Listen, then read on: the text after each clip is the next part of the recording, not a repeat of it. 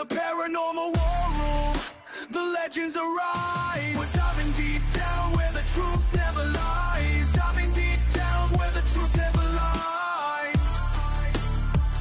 Unravel the mysteries, let the stories unfold. This beat, these tales are daring and bold.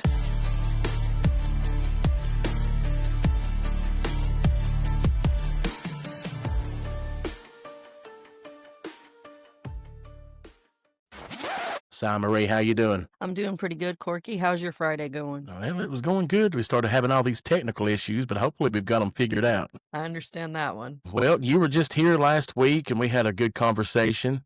We uploaded that video, and it's doing actually pretty good, man. So excited to have you back, because right before we quit talking last week, you started telling me that you had some stories about some vampire stories, I guess from New Orleans or something like that. And that caught my attention. So immediately I was like, can you come back on next week? And you said you would. So here we are, and I'm dying to hear about your vampire experiences. So if you would, just take us there and let's hear about it. Well, just to preface this, New Orleans is one of my favorite places in America, and for so many reasons. That is a bucket list place for me. That's one place I want to visit before I die. Do it. Yeah, definitely.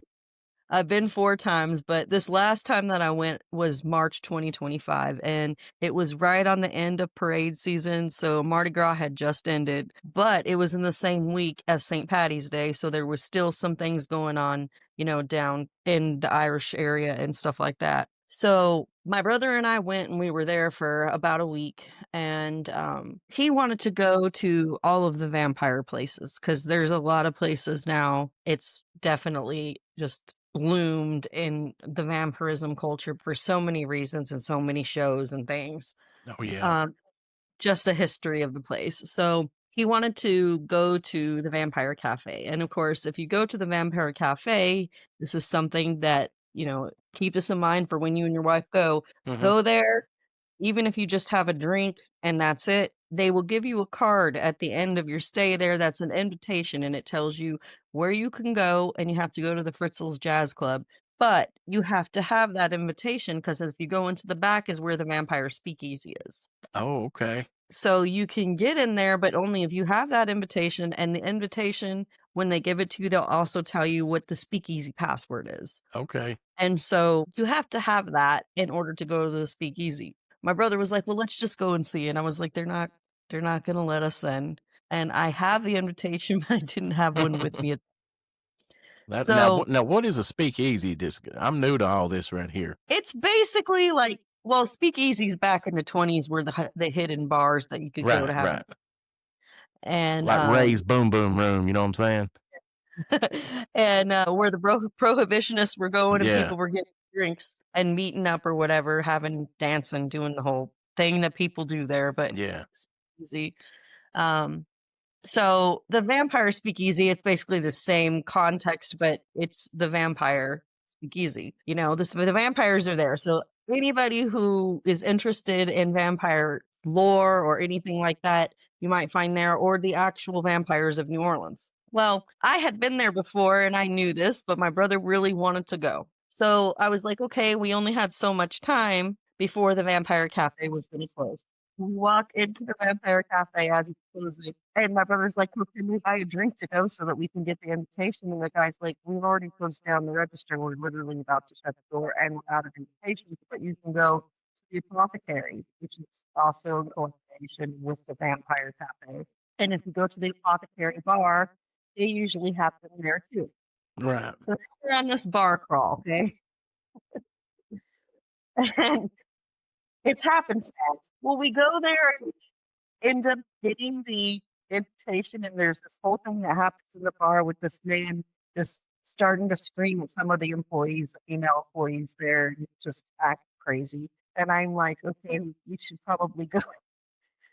And we get lively in the corner. So we get the invitation, we go, and we go back to the person, and we get in and we go inside. And it happened to be, this was just so interesting. The bartender was there, and there were 2 people at the bar ahead of us, and one of them happened to be a social media influencer, Cajun Dan. Right. So my brother, I mean, obviously I'm a public figure already, so I kind of already know the social contract, you know. If they come and they talk to you, you get in passing, it's nice to say hi, but don't act like a fan and speak to me. My brother, he's instantly starstruck. He's all, "Oh my god, you gotta be kidding me." So we go and now we meet Paige and Dan. That was cool in its of itself. We're coming off of this and we're going down to the corner where we're supposed to get our Uber to take us back to our hotel. Right. So this is when the vampire thing happened, the actual vampire thing. So there's this one little bar at the corner, and we were going to be meeting our Uber driver on that corner. My brother was thirsty and he wanted some water or something. So I was like, okay, this bar has water, and I know that it's a quarter, and I know this is pretty fairly a price compared to everywhere else. So let's go here. We go to walk in there, and there's this woman, and she's standing by one of the gallery poles, which is what they actually call the balcony poles that come all the way down. A balcony doesn't have poles that come all the way down to the ground, but galleries do. Right. So she's sitting by a gallery pole, and she's got bright red hair, dressed gothic to the nines. I mean, she was a very attractive lady, and I could see that, but I didn't think nothing of it. My brother is instantly mesmerized, and he starts walking over towards her, and she turns around, and there's not very many people in the vicinity. There were maybe 2 or 3 other people besides us. And she goes, "Who is he with? Who does he belong to?" And I instantly knew what that meant. And I walked up and I said, "He's my brother." And she goes, Does he understand how dangerous it actually is here?" And I seen her face. And since I know a lot about vampirism and the clans and stuff down there, I knew instantly what coven she came from because of her fangs and the way that she behaved. Really? Okay. And so I was like, just to let you know, I'm very versed in vampire lore, both on the mythical and people practicing. Um, so she's like, "Yeah, well, you need to make sure he knows how dangerous it actually is," which is not unfounded. And my brother just starts kind of laughing. He's like, "Oh, I'm sorry. I didn't mean to offend you." And she's like, "You didn't. Not everyone is like me." And she just kind of left it at that. And then she turns around and she goes to walk back down the street. And it's not really foggy because it's March, but it's a little looking like it's going to be misty, like a storm was coming in. And it had one of those haunted street light settings. And she starts walking, and we watch her, and some people walk across the road, and we're still watching her walk. And all of a sudden she just disappears. And my brother goes, "Did she actually just vanish? She was actually a real vampire. She just vanished." And I said, "She probably pulled into one of the side doors for Yeah, like the that's what I'd be saying too. But yes, she was a real practicing sanguine vampire. Like you could tell from certain things. If you are like not everyone does the same things, but there's certain presentations and the way that she acted. When he asked me, "You think she was really a real vampire?" I said, "Oh yeah, that's why you told you, does he not understand?" And she looked at me because she could tell that I knew more about New Orleans and the reality of in the functions of like going to the speakeasy, it's safe, but don't just go up to any random vampire you see in the corner and be like, that can be very dangerous. Now, let me ask you a question real quick. Now, I'm a novice at this. You know, my knowledge of vampires goes to the Vampire Diaries, and that's about it. You know what I'm saying? But so when she asked you, does he know how dangerous this is? Now, we talking, losing his life, something like that. Is that how serious we're talking? Yes, these things have happened to people in New Orleans before. Wow, that's crazy, man. That's a whole nother gang war right there. You know what I'm saying? One of the first most prominent stories that comes out of New Orleans, which actually inspired Anne Rice with Lestat at Court, was um his name was Jacques. And when I went on the vampire tour down there, they took us to where his house was, and he was the guy um that he came from France, and he arrived apparently rich. Like he was supposed to be a count from Europe, and he immediately set up shop. He had all this great art, everything to just show that he was prestigious in that time period. I mean, even now that would be pretty prestigious. And he set up this this house and he started having lavish parties and people were coming and he was getting to know everyone in the town and New Orleans was quickly accepting him into high society. Well, he had this goblet that he would carry around and it had a drink in it. And he was an incredibly gracious host. Like anything you wanted, if you came to his party, you could have anything from the bar, the best food, anything. But whatever Jacques had in that goblet was, he specifically said that because people were curious. Why do you only drink out of this goblet? What's inside of it? Can we share it? No, this is for just me. You don't need this, but anything else in my house, anything you can have, just not this. Well, what ended up putting him on the map as possibly being a vampire is that one night a young woman threw herself from the balcony out of his house and landed in the rue. And she actually broke her leg, but still carried herself down to the police. And she informed them, and she had proof because she had a bite on her neck that Jacques had tried to assault her and bite her. And she was bloodied and everything from where he had tried to bite her. And so they went back, but because he had already established himself with the high society and the police coming and everything, he was like, oh, this is surely a misunderstanding. She fell from the balcony. It wasn't an attack. If you come back tomorrow morning, I will let you know the formal report. We can take care of this. And instead of the police arresting this man because he had just assaulted a woman who was obviously assaulted, they said, okay, we'll do that. Privilege. Yeah, no doubt. So they came back. Okay, he told them that he was going to come down there, not to worry about it. He would come down and make the report. Well, they waited and waited, and he never came down to the station. So finally, they decide to go back to his house. When they get there, they arrive and they find it is absolutely, completely empty. There's nothing there. Nothing. Like it was just instantly moved out. Except they go and they see that his goblet has been left behind.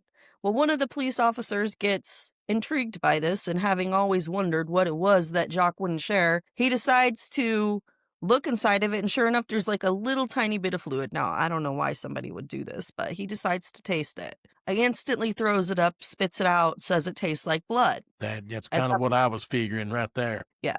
So that set a whole precedent, and that was one of the first most notorious stories, and this was back in the 1700s. Way back when. And then there's also the Carter brothers, who was more recent times. I believe they were around the 30s or 40s.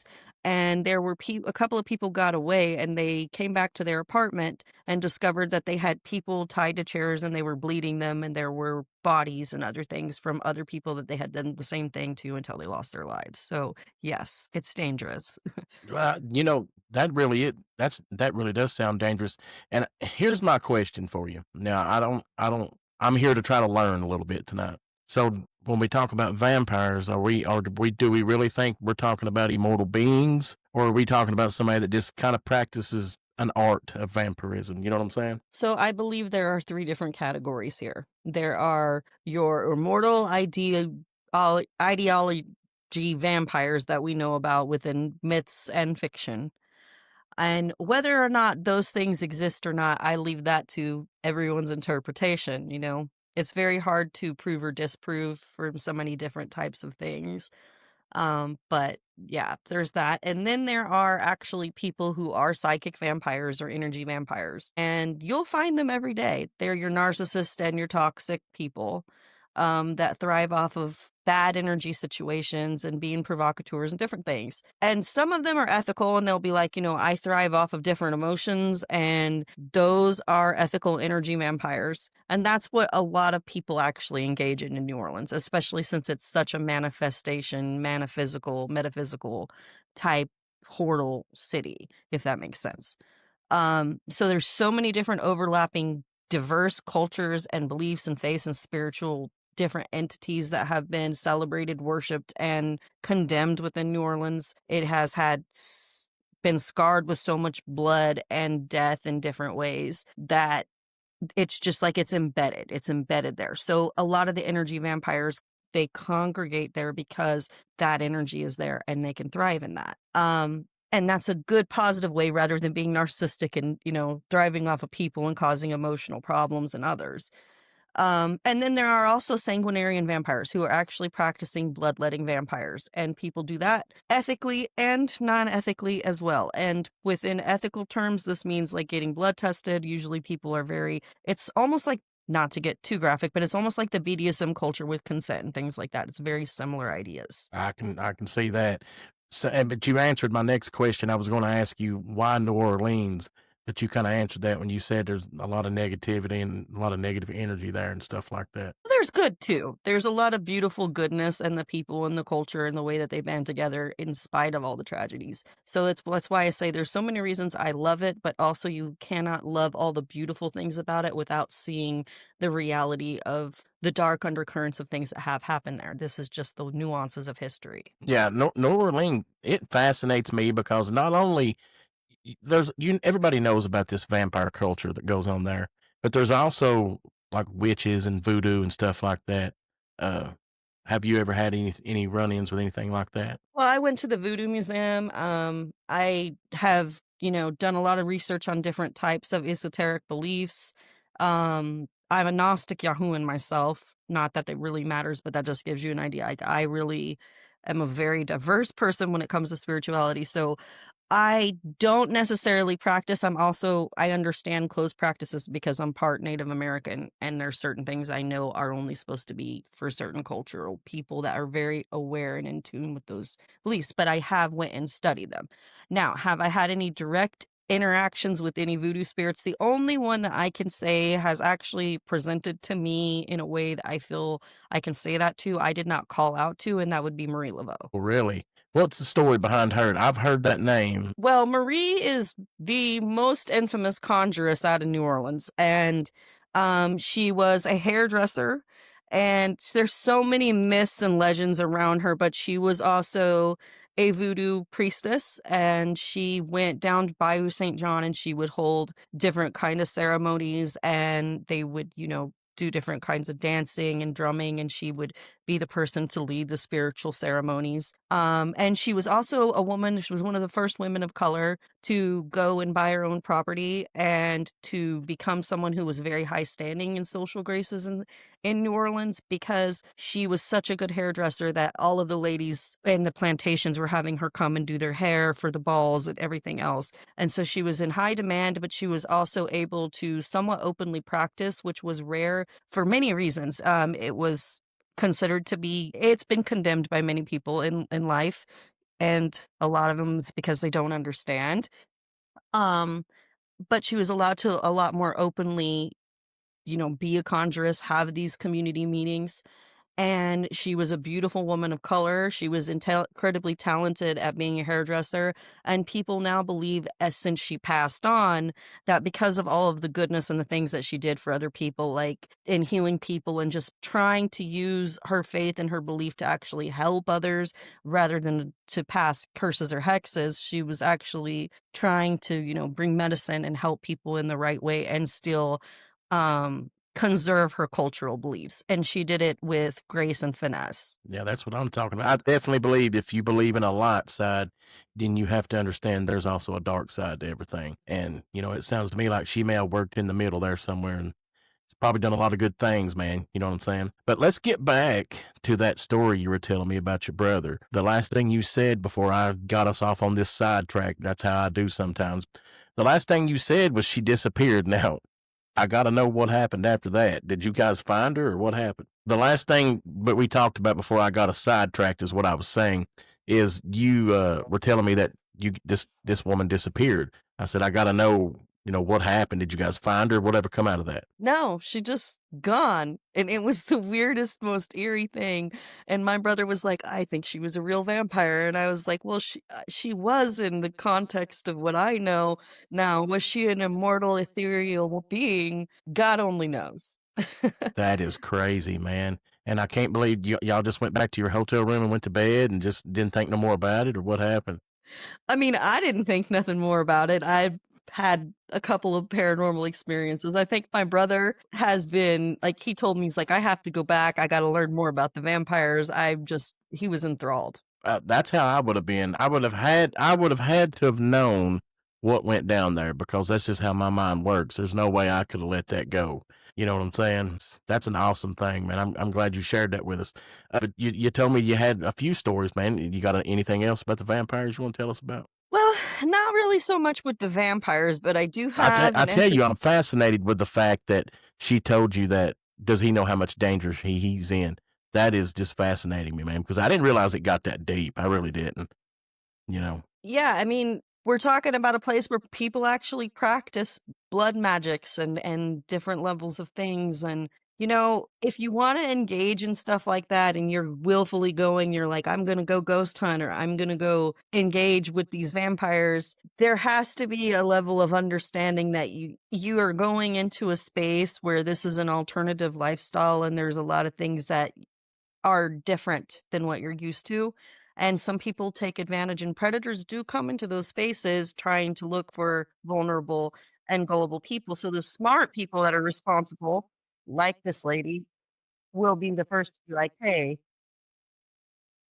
wait a minute. I know that you're fascinated. That's awesome, but you don't know me at all. And you got to understand that you got to get to know people before you just come swarming a vampire. Yeah, we're not playing games down here. That's what she was trying to say, you know. Yeah. So, do you now, as far as the vampire part, is that what you've got to talk about? Because I'm about to side rail us real hard here, but I don't want to take you out of this conversation unless you're done with it. No, we're good on the vampires. You just go ahead and ask. What do you Well, got to ask? I tell you what, I could sit and talk about vampires all night. But another thing I discovered about you this week while I was, digging around like I do, I've noticed. Well, I read that you've had a near death experience. So I would really like to hear about that if you're willing to talk about it. Sure. Where do you want me just to start off? Well, start off with when you about died and didn't die. Okay. So, basically, it's a I real don't mean long. to make light of it. When I get nervous, I tell jokes. So, I'm It's not meaning to fine. offend. You're not at all. But so it's a really long story, so I'm gonna try to summarize it in as quickly as possible. So basically, 15 years ago, almost, when I was pregnant with my youngest son, I had this rare condition that was a complication of pregnancy called placenta prurita. What happens is that the placenta grows through the uterus, and in my case, it was trying to grow into my bladder and was not stopping. So this caused me a lot of problems. So they had to take my youngest son and have me a C-section operation set up. And they knew, because of the way that this placenta issue was, that there was a high probability that I would hemorrhage when they did the operation. But if they didn't and I went into labor, then my son and I were pretty much dead.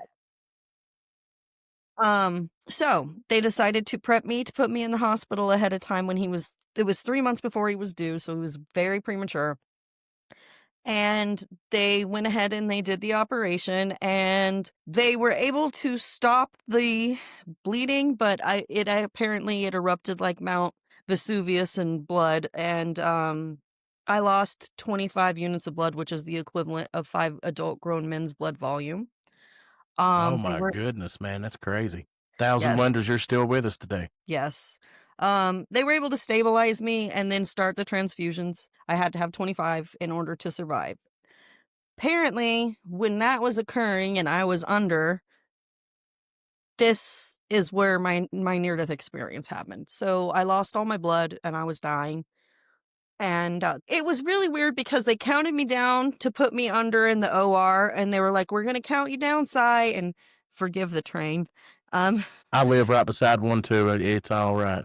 all right. So, um, we're going to count you down. And they counted me down 1, 2. And then the next thing I know, I'm out and I'm waking up and I'm in this like dark, pitch black void. And it seemed like it was kind of like a tunnel at first. But when people ask me, well, was it really a direct tunnel? I can't really say. It was like I could feel or see walls around me. It was just a sensation. The darkness was the same as if being in a stark, pitch black tunnel, if that makes sense. And so I'm in this void and I'm looking around and I can't see nothing. And all of a sudden, at the very end, there's this tiny little light, and it's kind of like it's almost like an ember from fire, just a little tiny glow way Right. off in the distance. Right. And I'm feeling compelled to go for it. Like a moth to a flame, I'm magnetically drawn to this light. So I start walking, and as I'm walking, I start feeling this incredible, intense feeling of love and joy and all of these good emotions that we have, only like I can't even estimate, like 5,000 times stronger. And I'm like, wow. And I'm walking toward it and I want to get towards it. And all of a sudden, I feel pressure on both of my shoulders. And it's like someone's trying to stop me. Like someone's putting their hands there. Hey, stop. And so I look to this side and I see my dad's mother, my grandmother, Elizabeth. And she died when I was 3 years old. But she looked like she wasn't older than 35 in the best light health that she'd ever been. And she's looking at me and her hand's there and you can tell she's trying to stop me. And so I look to the other side and I see who's on this side. And it's my great grandmother from my mother's side, my mother's mother's mother. And she had red hair and bright blue eyes and same thing. And they both say in unison, turn around. It's not your time yet. You still got more to do. There's still lots for you to do. And at first I was like resistant. I wanted to continue going towards the light. And so I'm like, no, I want to keep going. And they say it again. And then they're like, if you keep going, you won't be able to go back. You won't be able to ever come back. And something in that moment made me realize I still had something behind me I needed to do. And this is when I woke up. Now, when I first woke up, I want you to understand that I did not immediately open my eyes. I was listening and I could hear my cousin and my ex-husband talking. And he was saying to her, she's been out for hours. She lost all of her blood volume. And my cousin was like, well, I was able to get these pictures of the baby in the NICU. And they were talking about this. And I opened my eyes and I looked at her and I immediately said, where's my baby? That was the thing behind me. Right. That's an awesome story.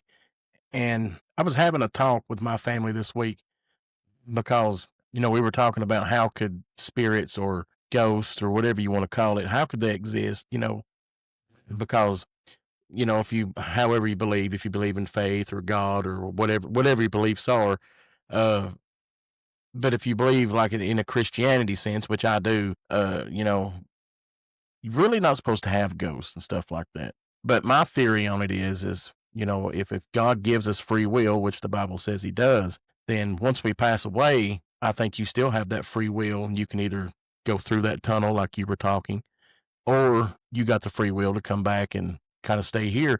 That's the only way that I can kind of figure spirits are still on this earth. And the fact that everybody that seems to have a near-death experience talks about that tunnel, whether you want to go through that tunnel or come back from the tunnel. And however you believe, that's not what we're talking about tonight, but I still think you have that choice to whether you go on to the next part of this existence, or maybe you choose to stay here until something else makes you go to that next part of the existence. Does that make sense to you? Oh yeah, it totally does. I mean, the NDE for me actually led to a few other spiritually enlightening moments too. And when people ask me, well, what do you believe? When I say that I'm a Gnostic, that actually means I do believe in the person that everyone calls Jesus and these different things. And Right. people have asked me in retrospect now on the things that have happened, has it made my faith stronger? Has my life changed? Absolutely to both. Absolutely to both. And I'm very, very good at discerning. And so I basically I'm not afraid of death now, and I feel like I have more purpose than I did before the NDE. Um, but yeah, we are energy, and energy never dies. This is something that science has proven to us. So that is something that gives me comfort. And in my experience, I felt like it was whatever you want to call it, the creator, God, whatever you want to call the entity that is most supreme and created all. Um, I feel like this was a second chance given to me to be able to do things and hopefully inspire and educate and entertain people to open their minds to understand that, like you said earlier, there has to be a light to the dark. So I don't think that any of the experiences that I've had with the paranormal have swayed me into believing, one way or the other. I believe that there are demons and there are angels and there are situations where different entities can take on different personas and presences, and what we decide to allow in our lives, even from looking at Solomon and the kinds of stuff he did. This was the wisest man in the Bible, but he also commanded demons. These are two true things. So, I mean, you have to look at the context of what the person is doing. People have asked me about witchcraft too. And there's this new wave of era called Christian witches. And people are like, well, what does that mean? Well, I come from a family that has Native Americans and shamans and people that would have been considered witch practitioners of different levels. And they all believe in God and Jesus and pray and meditate. And the wise men followed a star, which is astrology, to find Jesus. And they gave him frankincense and myrrh, which are incenses that are burnt for the same reason why other people burn sage or lavender. These are considered practices that people have been condemned and called witchcraft, when in reality, even the churches have used them. Burning incense is a common practice and rite in the Catholic Church. So really, it's about intents and purposes of what you're doing. I don't think that any of these things don't exist. I think it's all about, like Jesus said himself, greater things can you do than I. So the higher you elevate as a person, the more you're open to realizing, well, if these things can be, then these things can be, then all of these things can be within the capacity of a creator who's infinite and capable of being omnipotent and doing whatever, however. Man, that's well put, man. That was like philosophical right there, man. Good job on that. One thing I'd like to add, when you said that obviously you have to, if there's a good, there's also bad. And you do believe that there are demons running around out there. And I'm just like anybody else. I used to run around with my buddies, and we used to ghost hunt and all that good stuff. And we would go into graveyards, and we would try to, take our phones and record and try to get EVPs and stuff like that. However you believe about EVP. I did those things too. Yeah. People have asked about certain practices, and there are certain things I've never practiced, but I don't tell other people because free will is a thing. If you're going to do any spiritual workings, you got to understand that you're entering in agreement with different entities, and what you're trying to manifest and what you try to do will come to be, and the repercussions of that are your consequences to bear. So you can meditate and you can manifest and you can pray, you can do things to build a beautiful life, but you can also do things to build a destructive life. And I think that that's a big lesson right now. We're having a lot of terrible things happen in our world. So if we could start to really come together and realize we all have the power to change things by our own choices, and how we want to present things in our intentions. Amen. I can't agree with that anymore. I did one time when I was at one of those graveyards. I did, and if I could get the thing off a disc, nobody has anything that reads a disc anymore. But one of these days, I'm going to somehow get it off that disc, and I'm going to post it online. But I got an EVP. How, whether you believe them or not, I can tell you that this one's legit.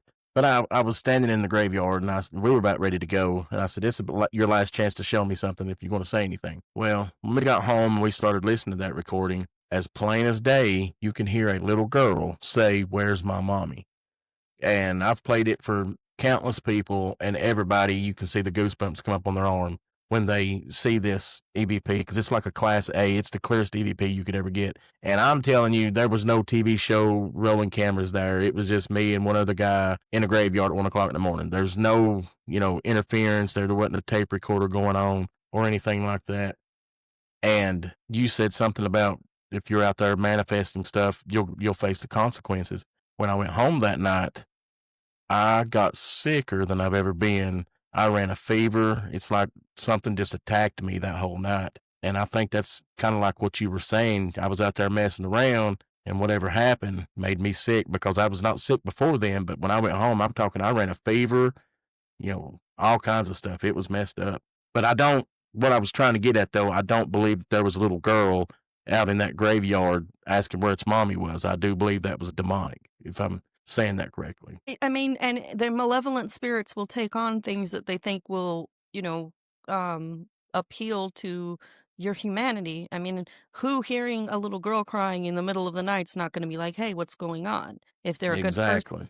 Yeah. Yeah. But it's sad. I did go back a few days later, and the weird part about it is I went back to where I got the EVP at, and I was standing next to an 8-year-old girl's grave. And another weird fact about it, my last name's Derek, and the girl's name was Debbie Derek. So I don't know. And of course, we talked about the last time you was on the show. I live in a small town, so if you got the last name, we're probably on the same branch of the tree somewhere. You know what I'm saying? I don't know. Regardless if I'm standing next to an 8-year-old's grave or not, I don't believe that there was a little 8-year-old girl out there wondering where their mama was at. It was creepy, and if I can ever find some way to get some ancient technology and get this off this disc I've got in here, I'll get that off, and I'll let everybody hear that, because probably one of the best EVPs you'll ever hear, man. That sounds like promising footage there. Yeah, it's definitely creepy. Sai, man, do you got anything else you want to talk about before we cut out of here tonight? This has been an awesome conversation tonight. Well, I'll give you another quick story before we close You out. take all the time you need. Go ahead. I've got one from Lalaurie that I wanted to share, but I might have to do that another show because this one I think is pretty interesting. So this one happened here in Oregon, and there's this place called Shotgun Creek. It's up McGowan, and it is kind of a recreational mountain area that people often go to drive their ATVs and their four-wheelers, and there's also a shooting range, and, just it's kind of off the beaten path to be able to do that kind of outdoor recreation. And I worked at that time, which is also, I got a lot of stories from where I worked, that I was a newspaper carrier, and I, whole different bunch of stories I could tell you from that. Yeah, there's no telling what you'll see delivering them newspapers, man. You know what I'm saying? Especially because my route actually ran by the old Masonic cemetery, which is haunted, known to be haunted. Absolutely it is. So I had just got done doing my route for the day, and we decided that my partner and I, we were going to go up to the top of McGowan because we wanted to watch the sunrise, and we were coming back down from doing the whole entire route, and I had an appointment. So I had a time period that I could sleep before I had to go back to work the next night, but just got off work, so we were just trying to, chill until I had to go to that appointment, and then I was going to go take my nap. So it was still dark. It wasn't quite like 5:30 in the morning. And we're sitting up there, we're waiting for the sun to crest, and we're just sitting there talking. And all of a sudden, this creepy, weird, eerie mist starts rolling. And we're on a log road, right? Like a gravel log road up there in the mountain. And it starts rolling through the evergreens, starts coming towards the car. And I'm watching this, and it's like something out of the mist or the fog. And I'm like, do you see this? And he's looking, and his window was down. And he's looking at it, and he's like, yeah, I see it. And it starts to continue to move closer, and then it starts to form into like figures. And I'm like, am I losing my mind here? And he's like, no, they look like pioneers. Like they're like dressed like they came off the Oregon Trail. They're ghosts. And he's rolling up the window while he's saying this. Yeah, I would have been too. I'm like, they're coming closer, and it keeps creeping. And there were like 4 people, like a mother and a father and like an older boy and a younger girl. And the younger girl started to get closer to my side, and I was like, can you get us out of here now? Because this energy it felt like bad. Like I've seen a couple of ghosts, and like I said in my last interview with you, I'm not scared by much. And most of the time it's just like, okay, this is just a spirit it's not malevolent. They didn't feel that way. They felt scary, creepy, ominous, like they wanted something. And I did not want to stay around to find out what. Yeah, I believe that. I think you can tell. I think the human body, you can tell when there's something that's got good intentions and bad intentions. Kind of like dogs. They say they're good judges of character, I think if we really listen to our gut, if you're in a good situation or a bad situation. I believe that 100%. Yeah. Yeah, it was pretty creepy. Yeah, no doubt about it, man. Are we still in the running for the Face of Halloween and all that good stuff? Yeah. I made it through this last round, and I made it to the top 15. So we're now back in new rotation of daily voting for the top 10, and that will be cut off next Thursday night at 7 p.m. Pacific Standard Time. All right. If you want to take the time to tell us how to vote, or make sure and send me that link, and I'll put that back in the description. Absolutely. I'll make sure and try to get that done for you. I do want to stress something that I think that maybe people don't realize is that the Face of Halloween will allow you to do a daily vote every single day for free for me, which you can do at faceofhalloween.org/2025/Sai, SAI-Marie, MARIE. Again, that's FACEOFHOLLOWEEN.org, and then /2025/Sai-Marie. You got that memorized, don't you?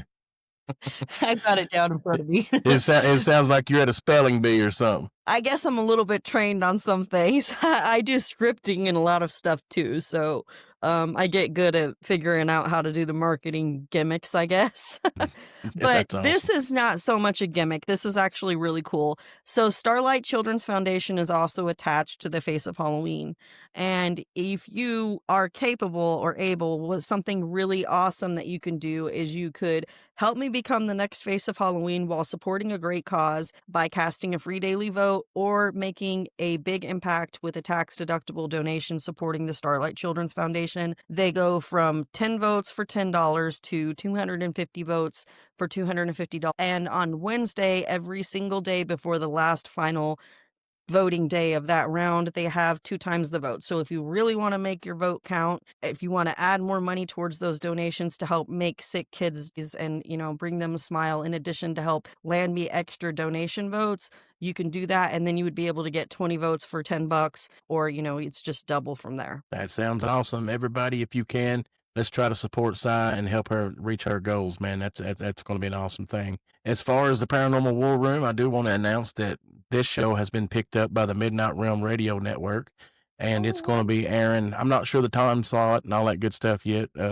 I've got to create a commercial and all that good stuff, so I've got to figure out how to do that. But we're, to be such a new show and to already be picked up by a network, I think we're doing awesome. It's all because of people like Sai that's coming over here and just telling us these awesome stories and having these great conversations. So be looking for us on Midnight Realm Radio.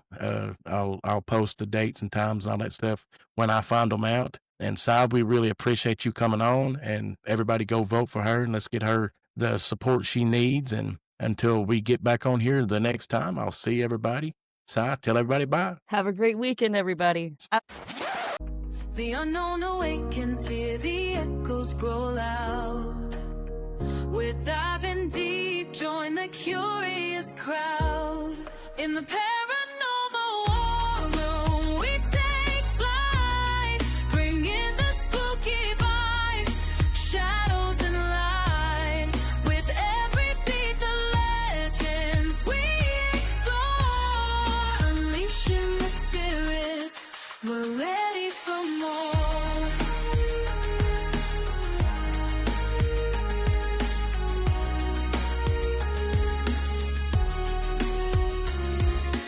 Aliens striking down like thunder from the skies.